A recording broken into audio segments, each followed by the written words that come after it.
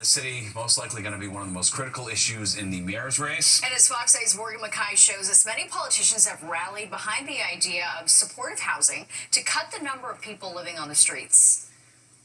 Candidates in the Democratic primary have all pitched their own ideas, but many are looking to what's known as supportive housing to help solve the issue. Supportive housing units have wraparound services that can address mental health and addiction.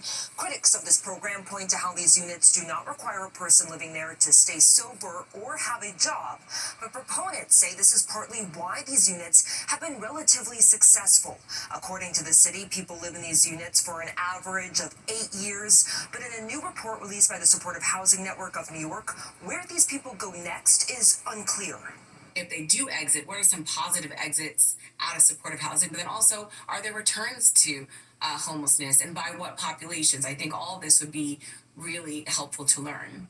So where does each candidate stand on the issue? Well, Andrew Cuomo, when he was governor, the number of beds in psychiatric hospitals in New York City fell by 28%. But now he wants to spend $2.6 billion over 5 years to build 600 new supportive housing units per year.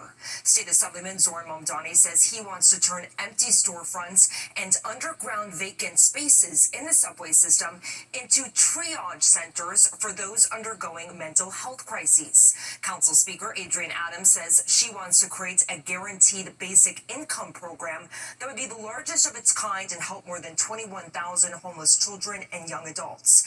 And City Comptroller Brad Lander wants to move people off the streets into single-room occupancy apartments with on-site services. If they're not in housing, then they're on the street. That's the only other choice. So you could have people go into hospital for a few days or a week or two, then they're going to come out. And the question is, do you want them back on the street or subway where they'll get worse and sometimes be a danger to themselves and others, or do you want them in housing and services? To me, it's a pretty simple choice.